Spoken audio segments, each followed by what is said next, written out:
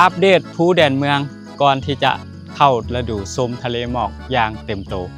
ตอนนี้หันมีหมอกขึ้นอยู่แต่ว่าหมอกจะบ่หลายปานใดแต่ก็เป็นภาพที่สวยงามคือกันตอนนี้ค่อยอยู่ภูแดนเมืองละแต่ว่ายังบ่แม่นจุดที่สูงที่สุดเทื่อตัวนี้จะแม่นอยู่ทางเข้าไปจุดที่สูงที่สุดจุดที่สูงที่สุดแม่นเฮาสิไปพุ่นถึงจอมภูตัวนั้นพุ่นตัวนี้แม่นอยู่บริเวณทางเข้าใครมักชมวิวอยู่นี่ก็ชมวิวอยู่นี่ก็ได้แต่ว่าข่อยจะมักชมวิวอยู่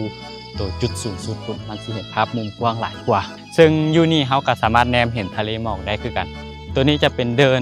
บริเวณทางลุ่มเด้อบ่แม่นจุดสูงสุดก็จะเป็นประมาณนี้อยู่ทางลุ่มหันแม่นจะเป็นห้านค้าก็มีห้านข้าวปุ้นแน่แล้วก็ห้านขายเครื่องดื่มอีหยังทั่วไปนั่นแหละฝั่งนี้ตะเวนกำลังสิขึ้นแล้วก็มีทะเลหมอกอยู่กล้องตะเวนเลยสวยงามขนาดสำหรับไผมากะมาช่วงนี้ก็ได้หมอกกำลังเริ่มขึ้นละแล้วก็บริเวณนี้ก็สิมีตู้แบบนี้ให้บริการนั่งกินข้าวน้ำมิลิวันนี้และบอนนี่สิมีหอคอยแบบนี้ให้เอาขึ้นมาจะเป็นจุดที่สูงที่สุดอยู่บริเวณทางลุ่มเด้อตัวนี้นะแล้วเขาก็สิแนมเห็นสายภูหนทางแล้วก็สายหมอกอยู่ทางลุ่มอยู่ทางหลังคอยนี้ตัวนี้จะเป็นทางขึ้นไปหาจุดที่สูงที่สุดฝั่งนี้ก็สิเลี้ยวไปเขาก็สิเห็นสายน้ำแล้วก็สายหมอกคือกันที่ปกคลุมบริเวณภูยูเขตนี้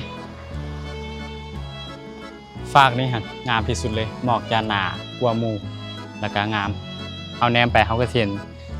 ตะเวนกำลังสิขึ้นพร้อมตอนนี้ค่อยมาฮอดจุดที่สูงที่สุดของภูแดนเมืองในการชมวิวชมทะเลหมอกช่วงนี้จะมีหมอกขึ้นหน่อยนึงเด้อจะขึ้นบ่หลายนี่จะประมาณนี้อยู่ทางหลังค่อยอยู่นี่หันสายหมอกจะปกคลุมสายภูบางส่วนและมันก็สิเห็นทั้งสายหมอกแน่ทั้งสายภูแน่ป้าปนกันไปแต่สายหมอกบางส่วนก็สิปกคลุมสายภูเหลือแต่จอมภูแล้วแนมไปเฮาก็สิเห็นทั้งจอมภูแล้วก็ทั้งสายหมอกซึ่งมันเป็นภาพที่สวยงามขนาดเลยบริเวณอ้อมข้างค่อยก็จะเป็นประมาณนี้ตัวนี้จะเป็นหอคอยขึ้นไปให้เฮานั่งกินข้าวก็ได้นั่งชมวิวก็ได้และบอลนี่ทั้งหลังค่อยที่เห็นเป็นห้างอยู่แมนตัวนี้จะเป็นบอลที่เขาเจ้าเอาไว้กางเต็นท์ใครอยากมานอนก็ได้และใครอยากมาชมวิวแบบค่อยแล้วก็กลับก็ได้บ่มีปัญหาอย่าง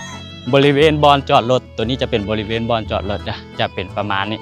ก็ขึ้นมาได้หลายคันอยู่ประมาณ10 กว่าคันพอแหละตัวนี้ก็จะเป็นห้านค้านี่อยู่ข้างหลังค่อยตัวนี้จะเป็นห้านค้าแต่ว่ามื้อนี้เขาเจ้ายังบ่ทันได้ขึ้นมาเถอะเพราะว่าค่อยมา5 โมง6 โมงย่าง7 โมงนี่แหละแล้วก็มีห้องน้ำให้อยู่เทิงบริการให้